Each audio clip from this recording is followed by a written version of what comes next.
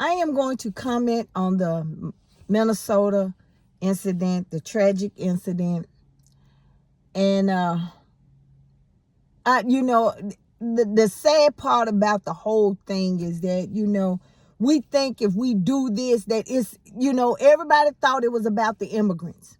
It was about immigrants. ICE jurisdiction at one point in time before this administration, it dealt with deportation of those who went by the process of the law and was told they had to leave. It didn't have nothing to do with traffic stops and going Gestapo and looking for folks and all of that. Not to that degree. But see, this is where it's getting deep at. Because she wasn't black. She wasn't brown. She was a white lady that was trying to turn around. And some gun-ho bastard, she took her out. Now, before y'all go to saying, well, it looked like she did this. It looked like, no, let me tell you something. That could have been any one of us. They got caught up in there, and we had to turn around, and we getting ready to go our merry way, and somebody jump in front of us and shoot because they couldn't get in our door to snatch us out, that it's okay to do that. Oh, now you get it. Now you get it. But you got some folks that still, like I said, this world America's not the same anymore.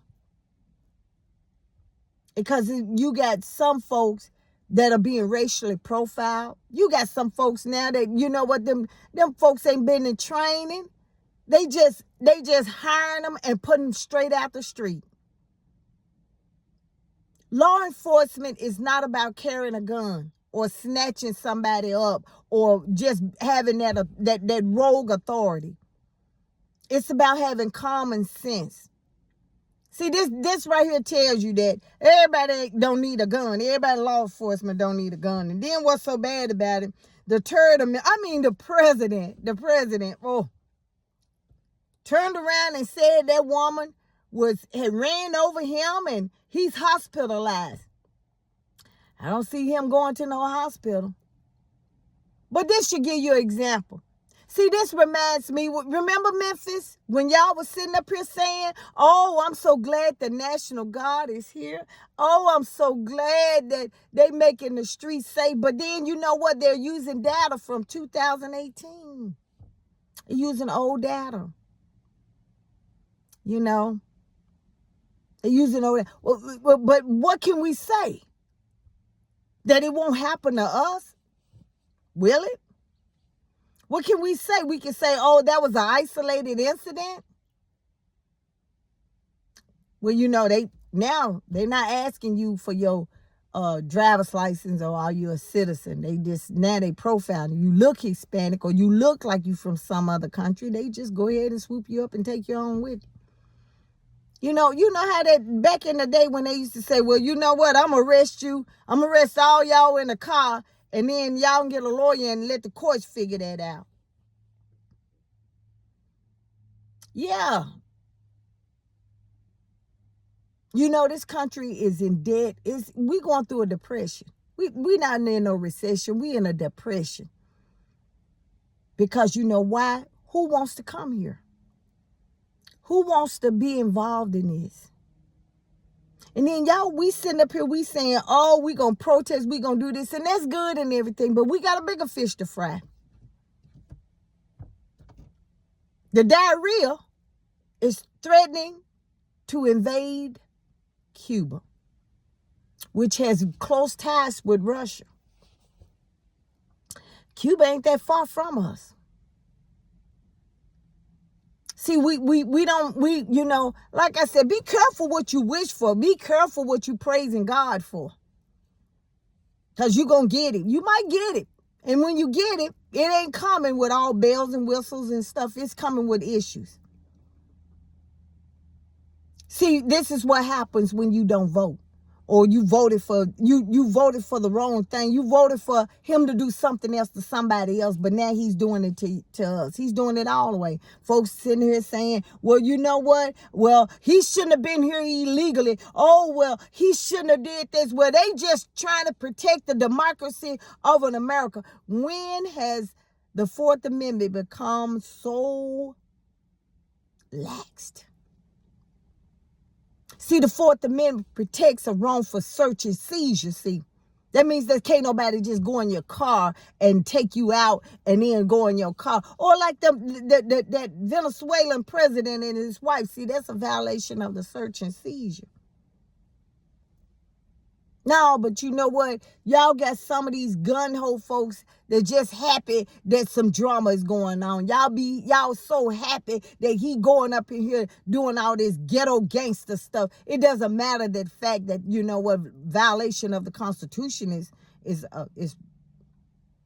I think at some point now, the Supreme Court see that, you know what, they had made a shitstorm out of a situation that, you know what, that certain power shouldn't have been awarded to him. Because he didn't bypass Congress. I told y'all in all my old videos, I say it's going to get to the point he's going to get tired of going to Congress and start doing it for himself. He didn't ask Congress, could he take the oil? He contacted the billionaires. And while y'all sitting here saying that, you know what, he's making America great again, where's that Doge check he promised you? Or them tariffs? Go to the mailbox and wait on it. I think so. Oh, but we got to realize something. We got to sit here and be honest with ourselves. That you know what? That those who didn't vote for it, we just got to go through that turtellini all by ourselves. We got to go through it regardless. And those who voted for him, you know, you got those ghettos, uneducated people. See, that reminds me of that lady that on the 5th anniversary of the January 6th, she you know, refused a pardon because she knew she did wrong then, but yet she went a little bit further. She said she educated herself. How many of y'all educate yourself on what's going on? Or better yet, who you elected? See, we you know what? We say that black folks always say we're not going to vote for that person because they're not black. But then you know what? White folks vote for they racist people because they are white. Many of them do. Yeah, he said 77 million of them. But we still hooked on color.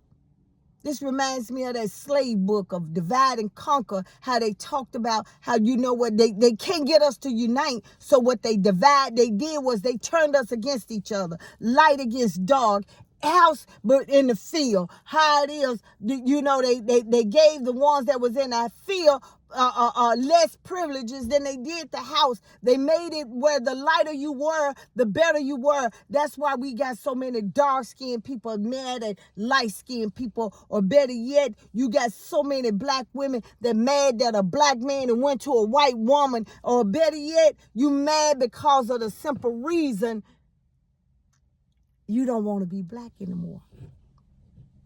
It fits in if a white person say, oh, you just like one of us. Whether your nose look this big or your lips are just this full. You said, no, I you know what, you know, and then they add in their own little Christian spin. Woo!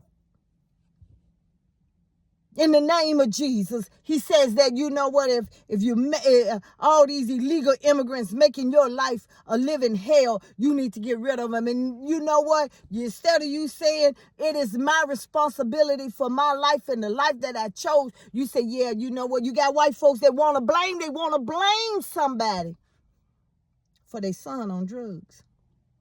They want to blame somebody because of her husband is stealing at the job. Because they can't afford it. They've been living a lifestyle that they can't afford. Oh, you know what? Alex Murdoch taught us that. You know, even if you're rich, you still can be stealing. You know, a thief ain't got no grade. Oh, the Mexican man down the street got 3 cars in his yard. And his yard is good, looking good. What are they doing? Or that black man who worked so hard through the sweat and tears and been overlooked for positions and all of that, he finally got a chance to make it, to be somebody. Oh, don't think that because a black man married a white woman, he got privileges. Oh no, he's still in the same boat with us. But yet some of them don't even know they like that. They think it's an upgrade.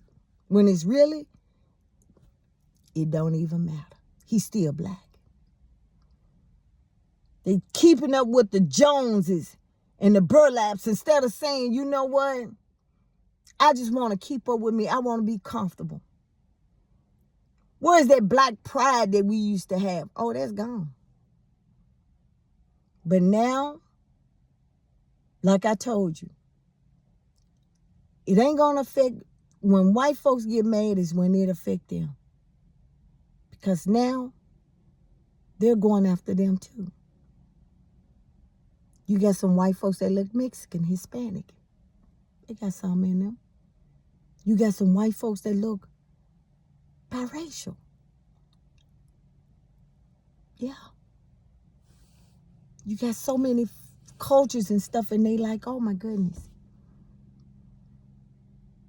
It's sad that they are going after people by any means necessary. And people gonna get tired, not just people here. They seeing what happened in Minnesota is a travesty. Have you noticed that when a Democratic candidate gets in a scandal, he resigns?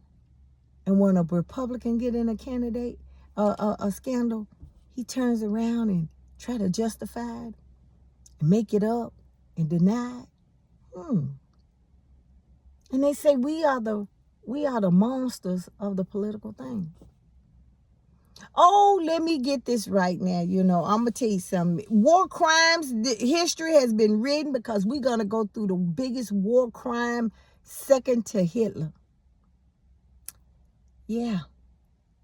And all them ICE agents are going to have to identify, when this is all over, why did they do what they did, including killing that little Renee. Some of these folks you fail to realize that some of these folks that went abroad and got put in prison, all that money that we spent sending them there, we're going to have to bring them back and give them due process. But this reminds me of a story of a man who was trying to sell Elvis's tears. He puts a couple of drops in a little tube. He was at Graceland. And he let it sit out for a little bit. Let that condensation get in. And he sat in front of Graceland one day and said, these are Elvis's tears and sweat from previous concerts. He said that he made a big spiel about how he was one of Elvis's cleanup crew, and how he used to take the scarves that he had and stuff, and what he did was he did something and purified, and then in the bottle you had little strips of fabric. Oh yeah, back then $5 a bottle was a lot of money, because you know why? It was a little bitty tube, just a drop of tears in the scarf. And because everybody wanted to be so close to Elvis, they bought that. He had over 100 bottles, and people was flocking, buying 2 and 3. This is right after he died, because there was Elvis's tears, and the story he told with it was a story, and they believed it. Those were Elvis's tears. And one day when I started working there, he finally got a job in Graceland. And I said, I remember you. And he told me the story. I said, I'm curious. How you get Elvis's tears in them 100 bottles? He said, what I did was I got some rainwater and dropped it in there. I got a piece of thin silk scarf and cut it up. He said, I sold them something. I sold them happiness. He said it wasn't Elvis' tears, but it made them feel happy. So you know what? When we see all of this stuff going on, you know, he sold.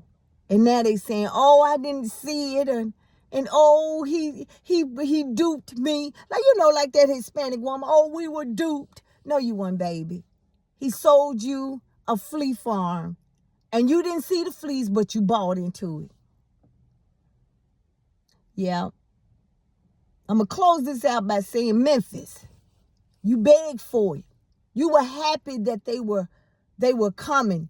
You said you feel more safe than when the National Guard got there. Goddess Mia said that hold it down, Memphis. But Memphis never held it down before. I'm here to tell you. They didn't hold it down. They let them in. A situation in Minneapolis can happen to any one of y'all. Because you know why? Because they're not checking to see if you're a citizen. Do you have a warrant? Are you doing something illegal? You got state troopers doing police work. You got bounty hunter ICE agents doing police work. Violation of civil rights was bound to happen. And then what happens when it's all over with? When they make a mistake, when they get the wrong person, when they shoot an unarmed person, oh hell, just cover it up. Who's the biggest conspiracy cover-up? Turtolini, y'all president.